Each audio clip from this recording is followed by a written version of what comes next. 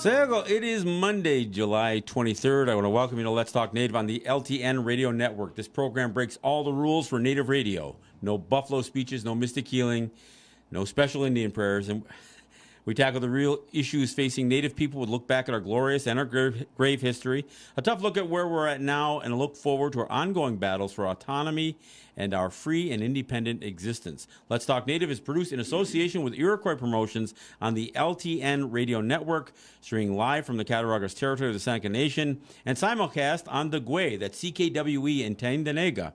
You can find us at www.ltnradionet.com. And, of course, we're on Facebook Live. So if you're on Facebook, I welcome you, and I thank you for joining us on the program. You know, we break up different issues here, and we're gonna tackle some that may have been touched on before, but I think it's time to bring some of it together. I'm John Kane. I'm the show's host and producer, and I'm joined in studio by Ed Schindler, and I've got Jake Proud on my board.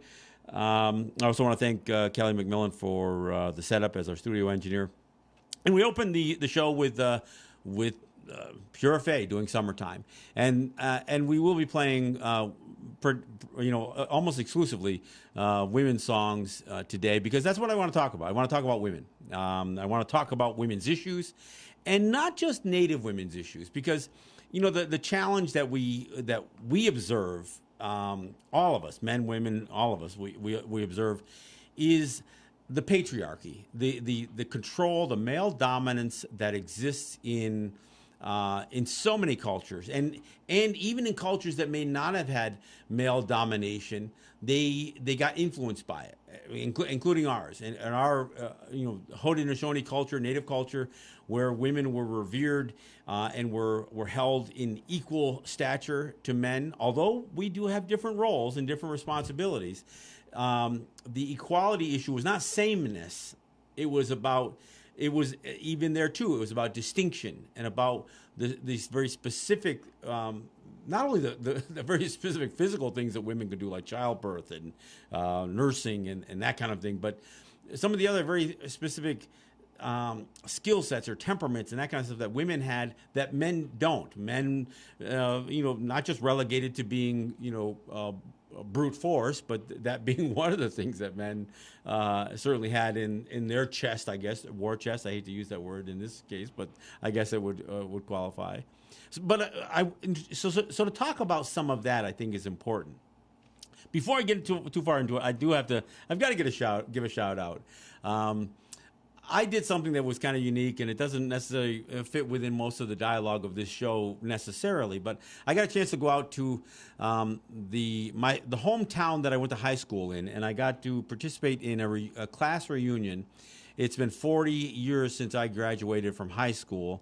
I lived in a community where I was essentially the only Native person in that school, and although I didn't experience overt racism there, I did represent probably the only real diversity, and while it wasn't necessarily that pronounced, it was still there. And but these were all dear friends. We had a very close knit group of students together. I spent a decade and a half of my life with these friends, and so I had the chance to go out and spend time with many of them. I would say probably almost half of my graduating class had an appearance of at some level at this reunion, and I guess I was surprised to learn how many people follow me on Facebook, and many of my classmates have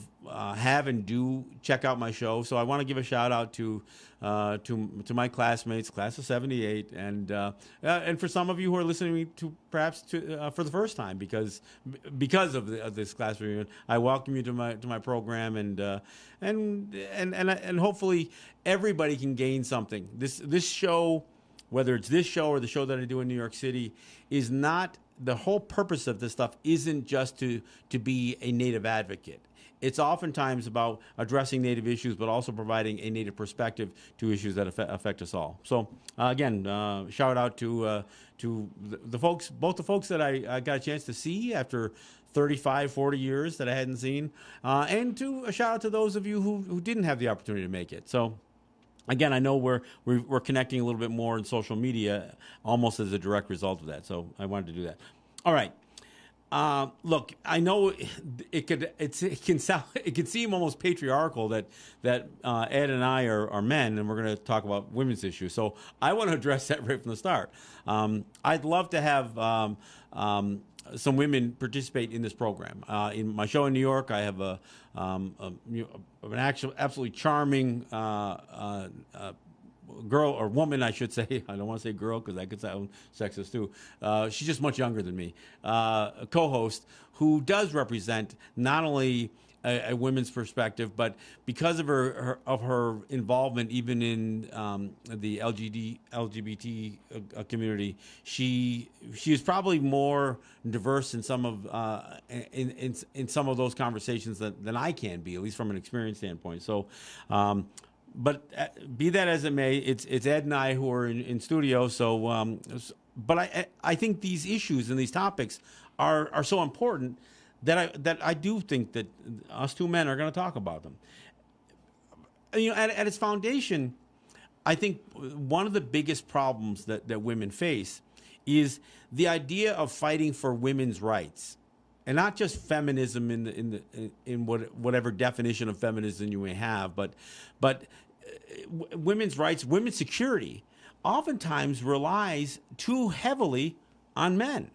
It's not just two men talking about it here on this show, but it's men who legislate. They legislate women's rights. They legislate laws associated with violence against women. They legislate reproductive rights. They legislate everything from social assistance, and then put the regulations in place. So women are oftentimes under a level of scrutiny, even as they're caring for children. They get placed under scrutiny. I mean, all of this big push to drug test women who receive food stamps. I mean, again, that kind of blows my mind because it creates almost an assault on women who are applying for a benefit to help children. It isn't necessarily, it's not like they're lining their pockets with this stuff. But I mean, so I want to address some of that. I think about when I talk about the assault on women, some of the things that come to mind are things like CPS. Look, and I know women, children need to be protected, right? But the idea that there's an institution that is oftentimes tied so close to law enforcement that can sometimes scrutinize women in such a way, or where women can, almost have people call, they can have people allege things that they did or didn't do. And so it puts an assault not only on the women, but on children.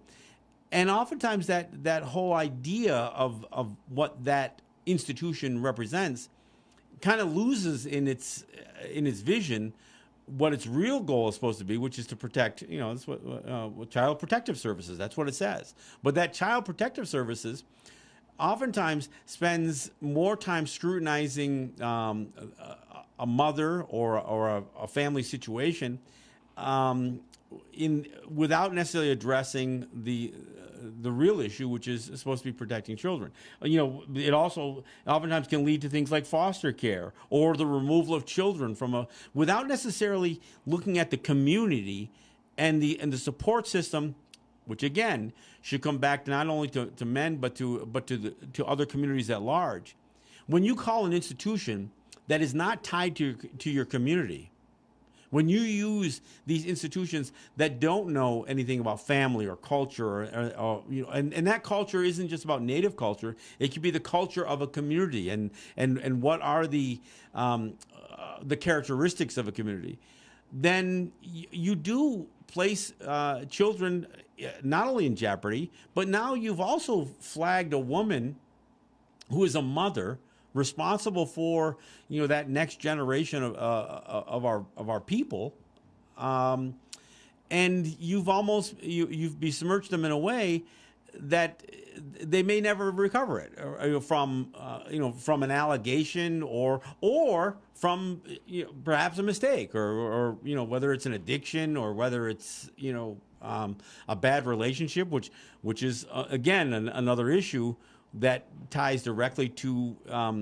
women not necessarily being supported by a community.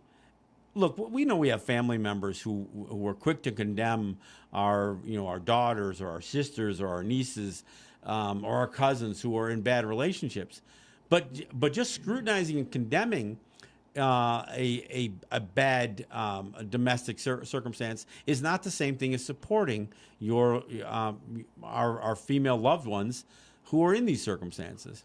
I oftentimes when I hear a woman who is in a bad relationship, oftentimes the very thing, one of the first things that I hear them say is, "I don't want to be alone."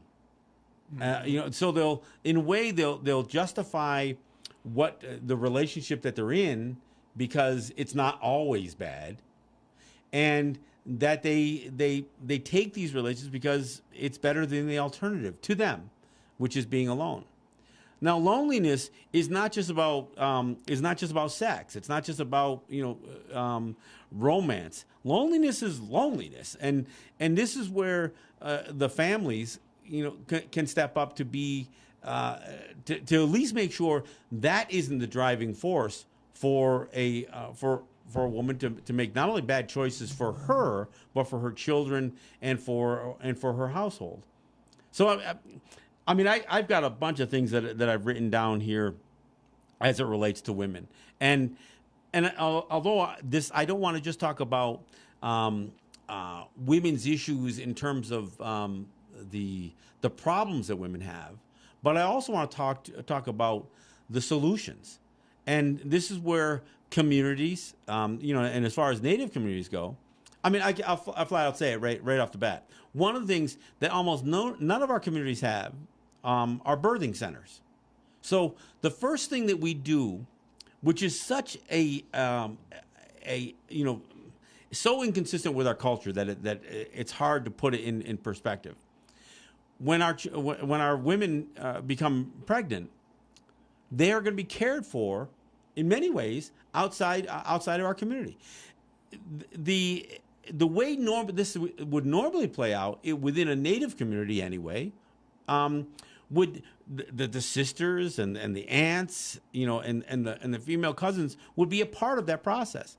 But that no longer exists culturally for us because the way we've dealt with medical treatment, healthcare, and so our women leave the territory to give birth. The first people to be involved with the birth of that child sometimes is not even another member of the family, female member of the family. The husband or the father might be in the room, and then of course the doctors, the nurses, or whatever else. Usually, when a mother is in the room, it's because there may be some relationship issues, and the father isn't in there. But the reality is, culturally, it should have been the mother. It should have been the sisters, not just the older sisters. Oftentimes, it would be the younger sisters too, because this is how they learn about that process. And so the new mother, the expectant mother, would have had the women in her community immediately around her. But because we don't have that on our territory, and of course, that represents not just issues relating to community development and relationship and bonding between the women of a family, but it has political implications. And we've talked about this a couple of times. We don't issue birth certificates on our territories. If you're Seneca and you go give birth in Olean or Buffalo or Fredonia or Dunkirk or whatever else, the first thing that happens is the state issues a birth certificate. We don't even take that responsibility because we haven't built that part of our health system to put strong enough emphasis on our women. And if there's one thing that is undeniable, that is the one thing that women only can do. Men can't give birth, but we sure can make decisions about where women give birth. We can make decisions whether it's part of the healthcare system or the social services associated with healthcare, whether it's the insurance. I guarantee you, look at the boards of all of these other institutions that affect healthcare, and many of them are going to be dominated. Their population going to be dominated by men. It's hard to believe that in 2018 we have not shifted the responsibility of healthcare on our territories, and we've got dentists.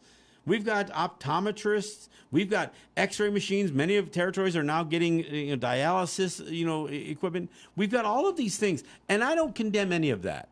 We've got mental health issues. A funny thing, even the mental health departments that we have on territory do not address domestic violence issues, even yet. We'll address substance abuse, but we won't address abuse. So there has to be within our communities, and again, this is Native and non-Native. There has to be an emphasis on providing the proper services for women. I mean, I don't know, Ed. I mean, you're Seneca, and we're here in Seneca territory. Mm-hmm. And how much of a conversation have you heard about really providing specific women's services? I know. Again, Seneca Nation has family and child services, but it's funny. It says family and child. It doesn't say women and child services. It says family and child services. Again, that's just words or semantics. But I mean, what is your view? And again, you're a man and I'm a man, so we may not be as thorough in this conversation as we should be. But what's your thoughts? When you were talking about a woman feeling lonely, it's not just the loneliness. To me, I think it's really important to understand that is a need for sense of belonging. Okay? And there's a lot more of that when people are able to help one another from the same community. That sense of belonging. Okay? Compared to going out to, say, Buffalo or Lakeshore or wherever, having a child, and the child grows up basically seeing themselves as being born off from the territory, and therefore they're not of this territory. A lot of people have that question. How can I be Seneca if I was born in Buffalo? And that's been a big issue, is that concept of self-identity and a sense of belonging, which really undermines the community. And I think that's something we have to be aware of. Well, and I agree with that. I think part of, again, the support that we provide women does bolster that sense of community, because it should be done. I mean, when I talk about sisters and aunts and of course mothers being involved, it is more than that. I mean, these it's your best friends, your best female friends, but sometimes there are aspects of our lives that really put us in a very singularly alone position, and again, when you think about things like childbirth, and then that responsibility, because we don't have the full process of training especially for new mothers, and sometimes not even new mothers, because I know women who have struggled with even with their second or their third child, because let's face it, no two children are the same either.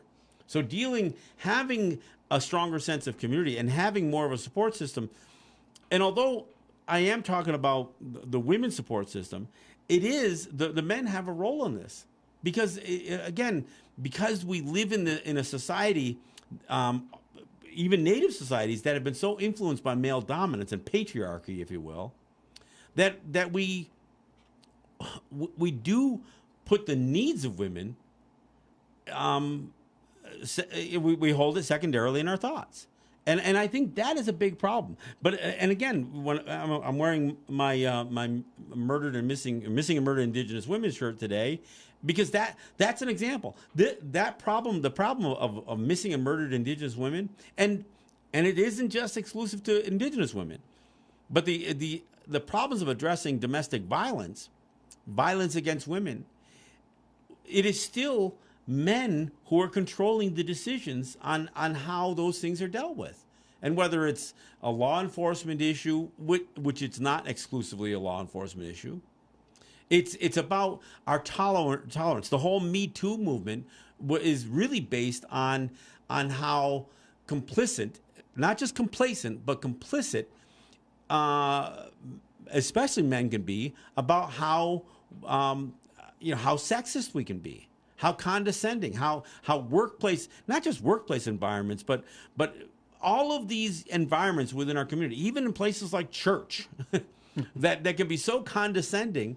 And I suspect it probably still even presents itself in longhouses and other areas. I mean, Seneca Nation just had their powwow down in Allegheny.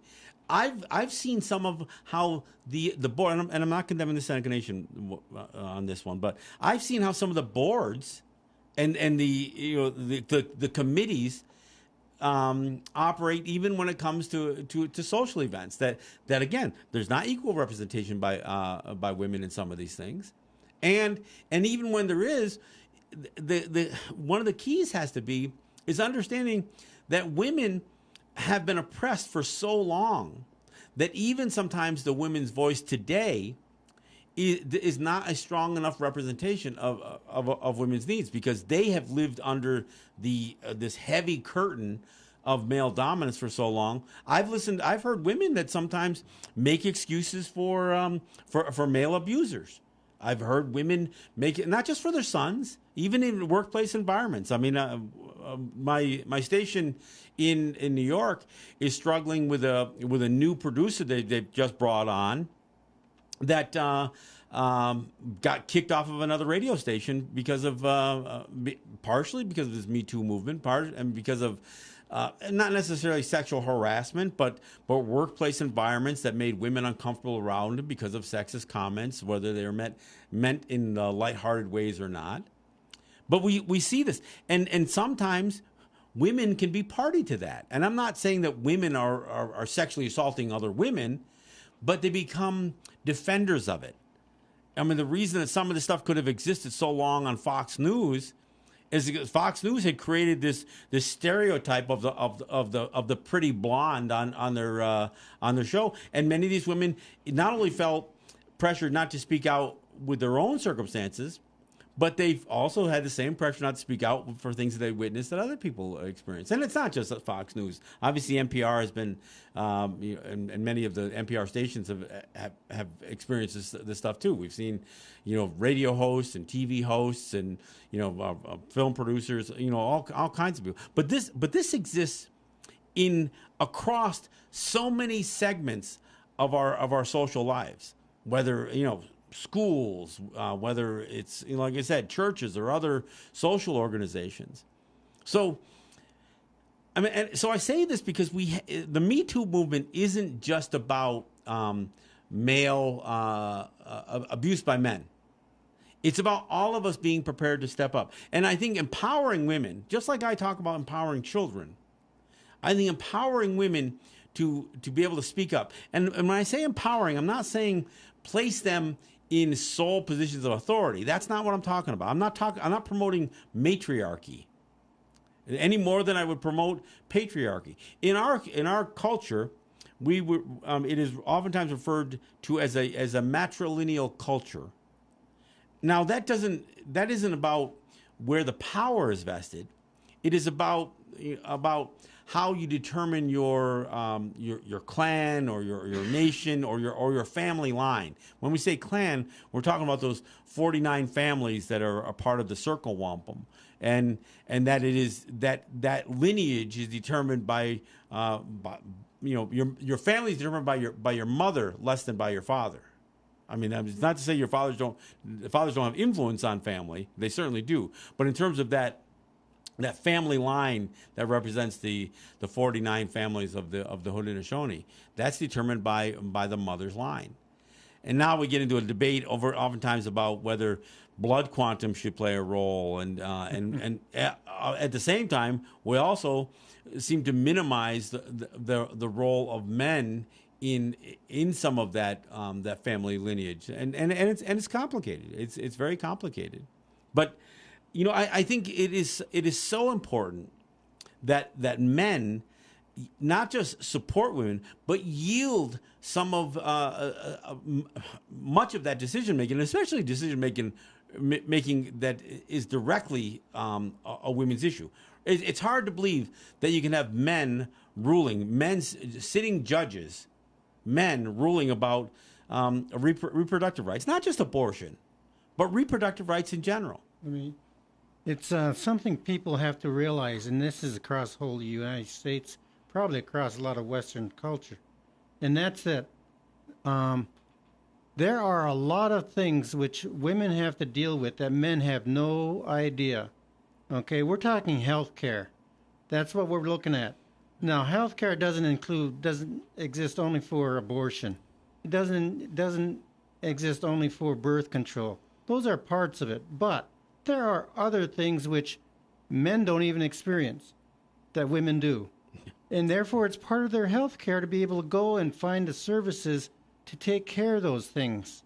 And yet, in the United States, for example, you've got men who are literally taking money away from those child and family from organizations. Food, from support, all that stuff, yeah. And basically taking away all the health care that is relevant to women, not relevant whatsoever to men. Well, and again, just so people understand, there are some that can make a compelling argument, and I listened to somebody that I thought was a pretty powerful speaker at the Left Forum in New York this past year, and Federica. I'm drawing a blank on her name, but I'll think of it later. She talked about how feminism kind of missed the motherhood issue. And, and she talked about how reproductive rights became almost singularly about abortion. And it's not. Reproduction rights, it is about birth control, too, but it's also about the support of births and support of children. And, I mean, it's hard to believe we still have to debate over the right of a woman to breastfeed her child in public. I mean, we're that lame as a people that's something we struggle with. But it is more than that. I mean, we sometimes can condemn somebody for you're having too many children. There are some places where even welfare benefits, social service benefits, can be contingent on a woman getting her tubes tied. And you never hear anybody talking about that in terms of reproductive rights. And as Native people who experienced a broad-based sterilization program from the government of the United States against our women, that's something that I'm pretty sensitive to. Hey, look, we're at the bottom of the hour. We'll take a break and we'll come back. I'll catch up on some of the comments on Facebook here. Look, when you watch my show and you see my face buried in my phone, know that I'm doing it because it's a part of the show. I'm not playing the Candy Crush or whatever the heck these phone games are, and I'm not just texting people. I'm looking at comments and I'm sharing the show and that kind of stuff. I'm saying that to defend myself because I know a few people say, "What's that guy doing anyway?" But that's what I'm doing. So look, we're at the bottom of the hour. We're going to take a break. When we come back, we'll go a little bit farther on some of this conversation. I want to talk about how significant the role of women has been even recently on many of the fronts associated with activism, not just women's rights, but Native rights and the like. So we'll do that when we come back. This is John Kane, or I am John Kane with Ed Schindler, and this is Let's Talk Native. We'll be right back. Oh, lost alive.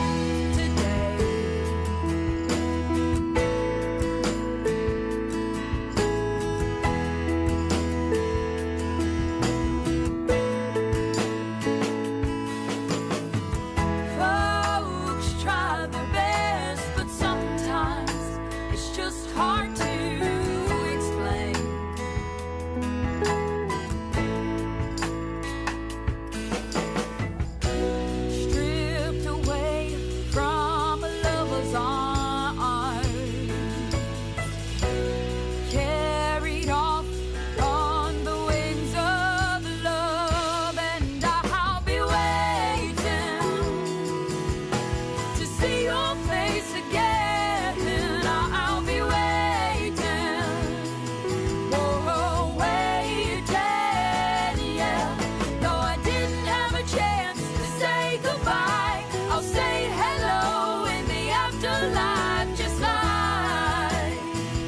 first time we met.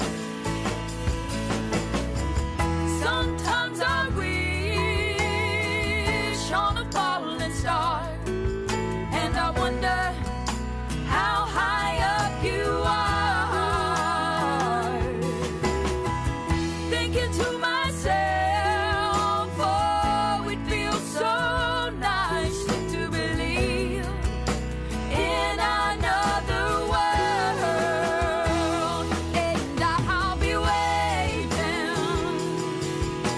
to see your face again. I'll be waiting. Oh, waiting, yeah. Though I didn't have a chance to say goodbye, I'll say hello in the afterlife, just like the first time we met. And you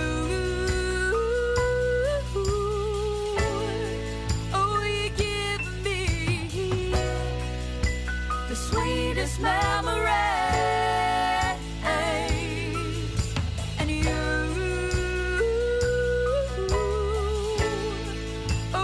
always, always mean the world to me. And that's why I'll be waiting to see your face again. I'll be waiting. Oh, waiting, yeah.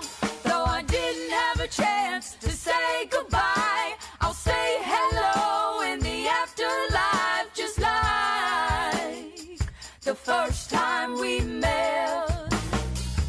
And I'll be waiting to see your face again. I'll be waiting. Oh, waiting, yeah. Though I didn't have a chance to say goodbye. Hey, Let's Talk Native is sponsored by Ross and Holly John and the RJE family of businesses, Eric White and ERW Enterprises, Legacy 420 in Tandanega, Mike General and his enterprises, Mikey G's and Mikey's Emporium, and by individuals, friends of mine, friends like Ed Schindler here who contribute to the show, my friends Cynthia Trice, Roger Jock, Neville Spring, and others who not only some that helped today on a continuous basis, but some who have helped in the past. We are in our 9th year for Let's Talk Native. We couldn't be here without that support if we didn't have the support that has been there over the years. So I thank all of you for contributing and for being a part of the fight and enabling me to educate and inform and entertain for the past 8 years. I also want to thank Unity Stream and Apache RadioNet for providing our streaming. And again, thank CKWE for both its simulcast and its rebroadcasts, as well as our internet partners, Netroots Radio, Real People's Media, and Indigenous Resistance Radio, who are among them, for carrying Let's Talk Native on your internet networks. I want to thank folks who share the show, folks like my wife, Brenda, who shares the show on many Facebook group pages. Which I gotta say, I gotta thank those of you who are the administrators for those group pages that allow us to post our shows on your group pages as well. It is the way that we get the word out and encourage the conversations that we're trying to have here. And that's what we do. We're not trying to be the final word on any subjects. We're trying to have a conversation that will continue when the broadcast is done. But when the broadcast is done, the broadcast is still available. You can find us on SoundCloud. You can find us on our podcast. If you simply go to Let's Talk Native Podcast, if you search Let's Talk Native Podcasts on the internet, you'll find any number of ways that you can sign up for our podcast. And of course, that includes iTunes and Stitcher, TuneIn, Google Play, and others. So you can do that. We also post the same video that we stream live. We clean that video up a little bit, trim it down a little, and we post it on our YouTube channel, which is Let's Talk Native TV. And if you subscribe to that, you'll get notifications every time we post the edited video onto YouTube. And frankly, if you're not catching us live, if you want to listen to the show or watch the show afterwards, YouTube is probably the best experience for doing that because it's the audio is great. And of course, there's not the hangups that sometimes you can get when your service is a little bit sketchy on Facebook. So need to mention all that. Look, I did get a chance to catch up on some of the comments and some really good comments. When we talk about childbirth, for instance, there are certain cultural things that, frankly, the outside is completely unaware of. Things like saving the placenta. Maybe this is seems like an absurd practice to many of you, but culturally, there is some significance to it. The umbilical cord, that is something that is oftentimes used in a tobacco pouch, not just the little piece that hangs that falls off the baby's belly button, but other parts of that umbilical cord. These are things that have cultural significance. So. And of course, the hospitals, the doctors, that are out there, they are completely unfamiliar with that stuff, and so it is a big part of. It is an important part, because when you start eliminating some of those cultural characteristics, those cultural components, it ends up diminishing who we are as a people. It's like I said on with Tanzina Vega on the takeaway, when she asks, why is it so important to assert your autonomy and your distinction and to reject American citizenship, or U.S. citizenship, I should say? And I said, because if we don't stand on our distinction, then we essentially will cease to exist. That is the way. Assimilation is genocide. And there's no way around that. If you get caught up in the policies that are geared towards making you conform to a dominant culture around you, or conform to anybody's specific idea of what is culturally correct, especially if it's outside of your culture, then it diminishes your creativity, your individuality, your identity, and that's something that even when it comes to things like childbirth. And it goes beyond just the birth of your child, the upbringing of your child. So when we talk about the struggles that women have, especially some of the unique pressures and stresses and things that women face. And again, the idea that women will all too often stay in an abusive relationship because they're so concerned about being alone. So that idea of that they've been culturally, or I don't know, and I don't mean from a native culture, but they've been indoctrinated to think that in the absence of having a male partner, that they are somehow incomplete. Look, I understand the nature of things in terms of a mother and a father raising a child, but the idea that a woman can feel so pressured to make a bad relationship work, and will figure out how they can coexist with an abusive partner, and how they are singularly the ones that are responsible for protecting their children from an abusive partner. I mean, that's some incredible stuff, folks. And this is the role that all of us play, and men included. Look, if your buddy beats the crap out of his wife or his partner or his children, and you look the other way, then you're complicit in that behavior. And it's not just if it's your buddy. If it's your son, if you're a mother and you allow your son to behave that way, or make excuses to say, well, but she deserved it. No, she didn't. I mean, she may deserve for a parting of ways and for a separation. She may deserve a separation, but that woman does not deserve to have her to be physically beaten. And when we have specific labels like Me Too, like missing and murdered Indigenous women, the fact that we have those expressions and that they are real things. The fact that a woman in not just over the course of her life, but even in her young life, like a college student, has a 1 in 5 a likelihood, not just a 1 in 5 chance, but almost a 1 in 5 assurance of being sexually assaulted in some way, is incredible. And I'll tell you, if you're a woman of color and an Indigenous woman, the percentage just goes up.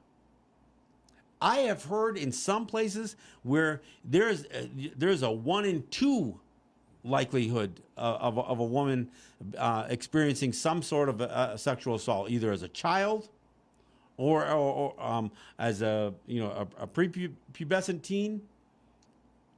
And even older women. I'll tell you, homeless women are among the most vulnerable people because they have no. And we say they have no shelter, they have no shelter not just against weather. They have no shelter against violence. So, I wanted to do this show because it is so important. And I know I can break every one of these things down into a much smaller topic and do.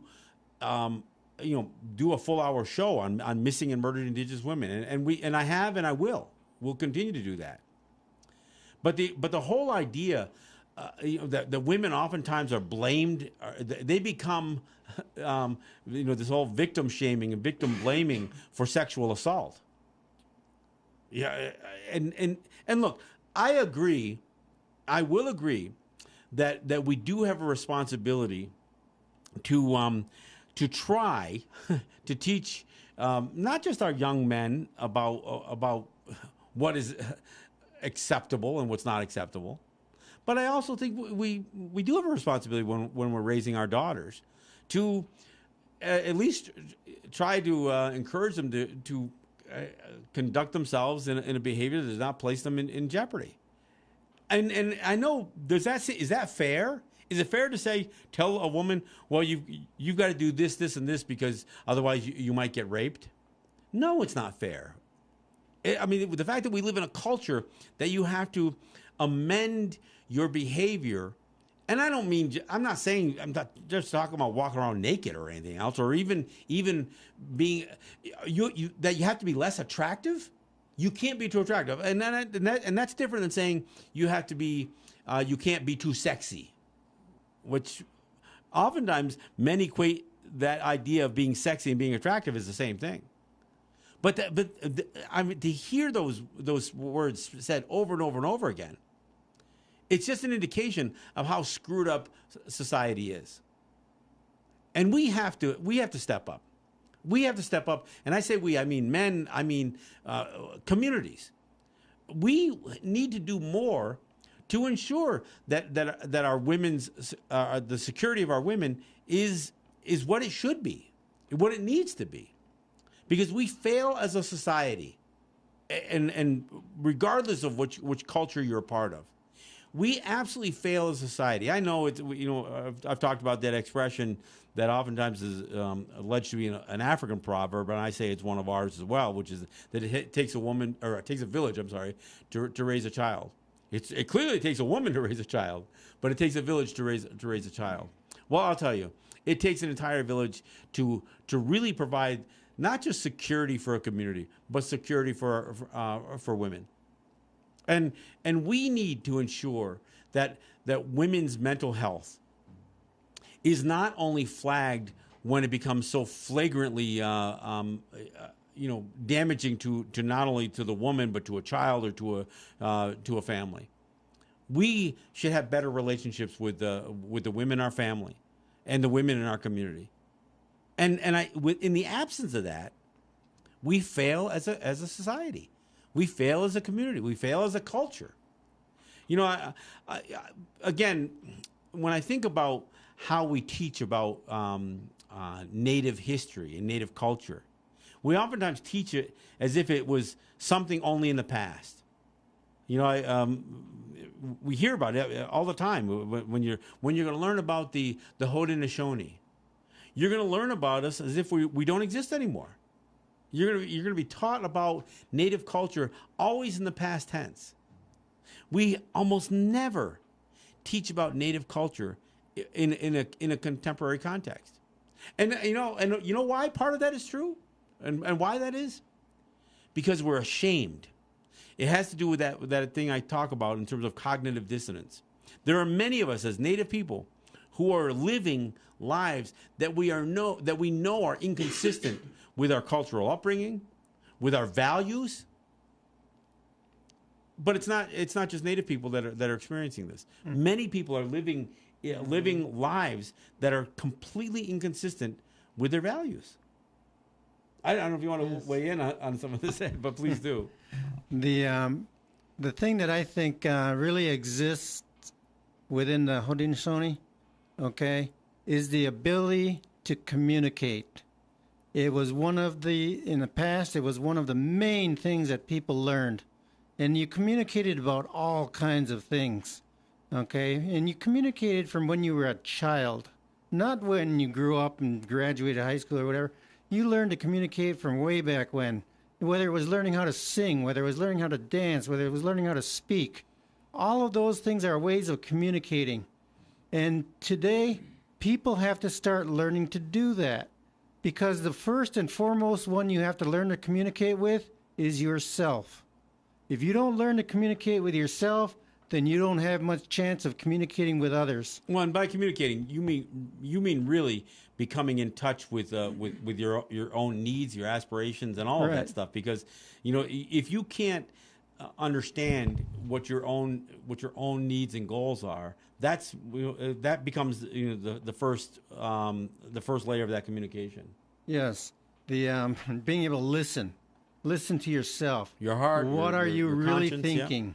Yeah. Comprehending what is it you're saying? What is it you're doing? Why? And those types of understandings, all the way through empathy, patience, camaraderie, doing things so you understand, how do I fit into this? Okay? So that you have that sense of belonging, that understanding, that self-identity, self-respect. Those are things which we have to start understanding are the responsibility of ourselves. It's your choice, not mine, not anyone else's, to learn to do these things. Okay? That's one thing we have to start to understand and start practicing. Okay? And be aware, there's one thing my instructor taught me once. He said, practice does not make perfect. Practice makes permanence. It makes habits. Be aware of that, and you can pay attention to what you're doing. Well, and I think it's really important that people, and I'm going to flat out say it, women are not second-class human beings. I don't want to say citizens. They're not second-class human beings. They are not beneath men, and they certainly are not possessions of men. And yet, culturally and historically, and I mean for many cultures, and unfortunately, cultures who did not have this as a part of their inherent culture became influenced by it. This whole idea of male dominance, male ownership, that everything was about men. Men had all the rights and women had none of them. And of course, women of color become even farther down on that list when you talk about being regarded or being less regarded as equals or having equal value. And again, when I say equal, I don't mean sameness.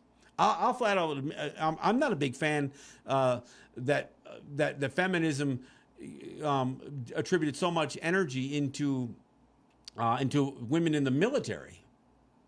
Frankly, I don't think anybody should be in the military. But the last ones I want in the military are my daughters and my nieces and my granddaughters. I mean, so I'm not trying to say that women need to be the same as men.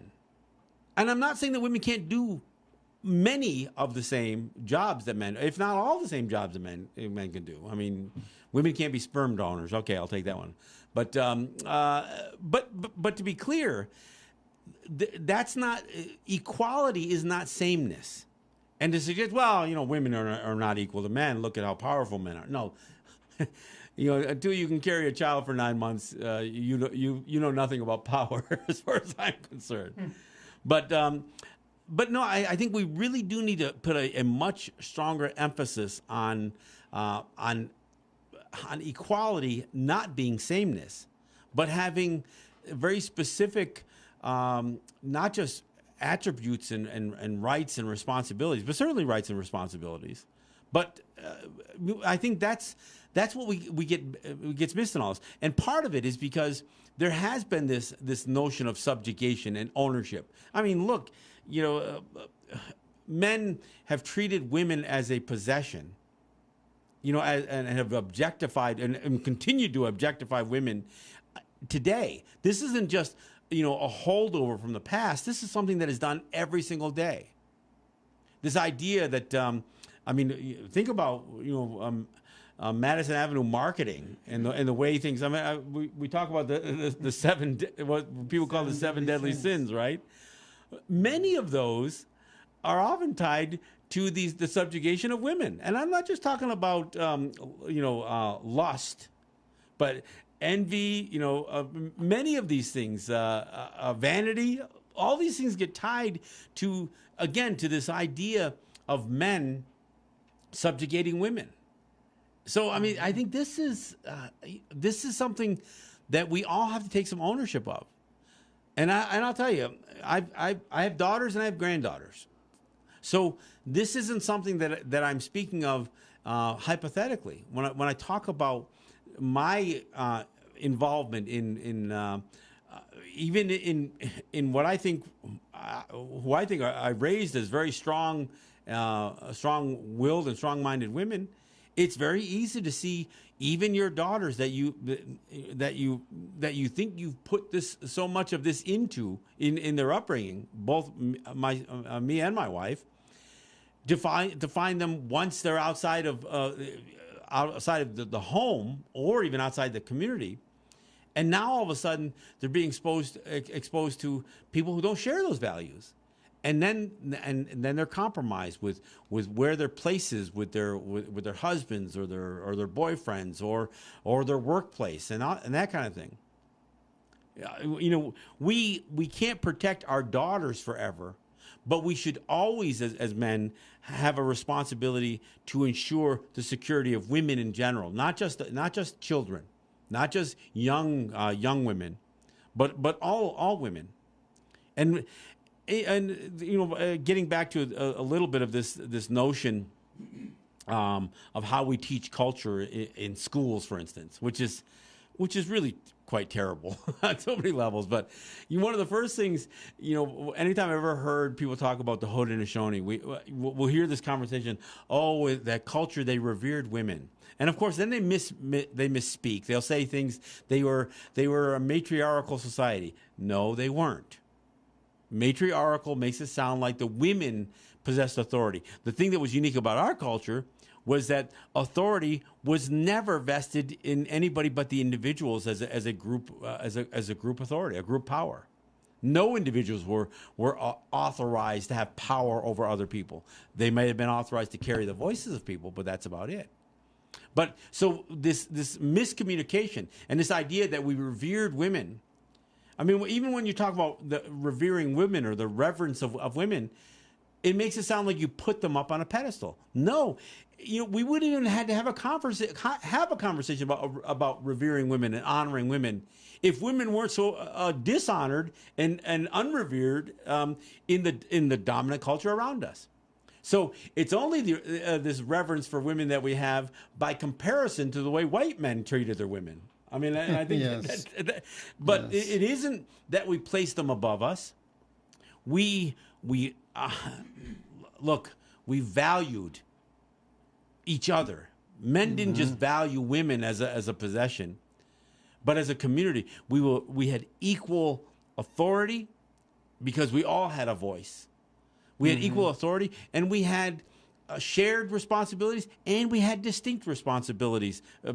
Some not just based on gender, but as that social group. When we talk about the fire being the symbol for our families, it's also the symbol of council, of coming together as groups, right?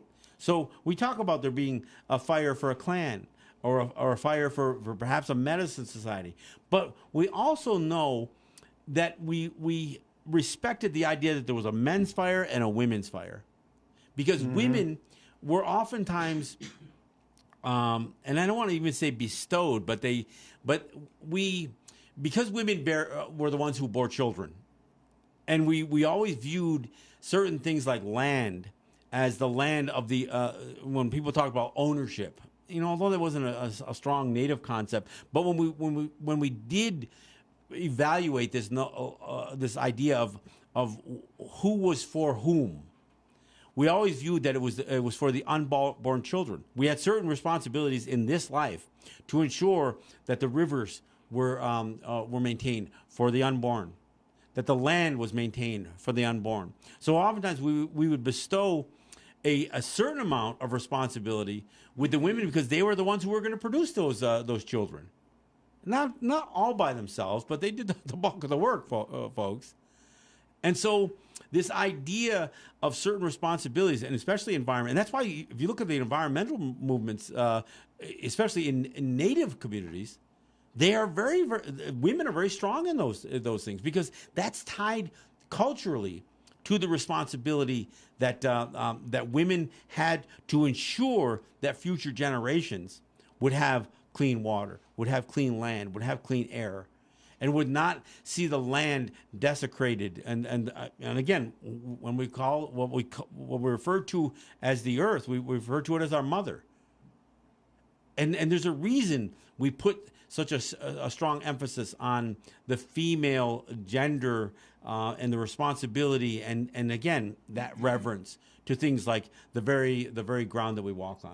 And the thing to remember is that it wasn't just the woman's responsibility, okay? The men were supposed to be helping right alongside so that there was an understanding of what had to be taken care of and not just, well, that's your job. No, that's our job. And it meant everyone. Everyone was participating in taking care of those responsibilities. Well, and women's, I see my friend Phil mentions the checks and balance that women provide. And it does go both ways. But clearly, there was never, in spite of what people could view as physical dominance, the women were always able and encouraged and had that responsibility to hold the men in check. Just like the men would have responsibilities in holding the women in check. So that's when I talk about equality, and again, it's not sameness. It's about understanding that we had shared responsibilities, that a community could only succeed when there was balance between the genders, and there was balance in terms of in how we how we lived our lives. Look, I know we really just scratched the surface on many of the things that we talked about here today, and we will address these issues going forward, and we'll get some guests in, and we'll get some people to participate with us in these conversations. I appreciate those of you listening on Facebook, watching us on Facebook. Many comments for the show, and I sure do appreciate it. We'll get it reposted back up as soon as we get done here. So again, I want to thank you for being a part of the program, and we will be back here on Friday. I'll be in New York this Thursday. Again, my new time in New York and on WBI is from 3 to 5 p.m., 3 to 5 in the afternoon on Thursday. So I'll look forward to some of you who join me there as well. Okay. And other than that, we'll see you back here on Friday. Den Gino Tasai. Yahweh. Yahweh.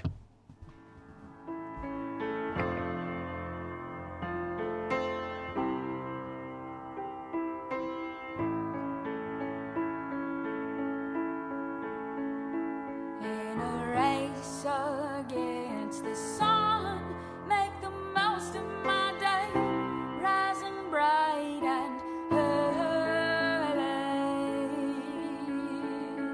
Places to go, got people to see.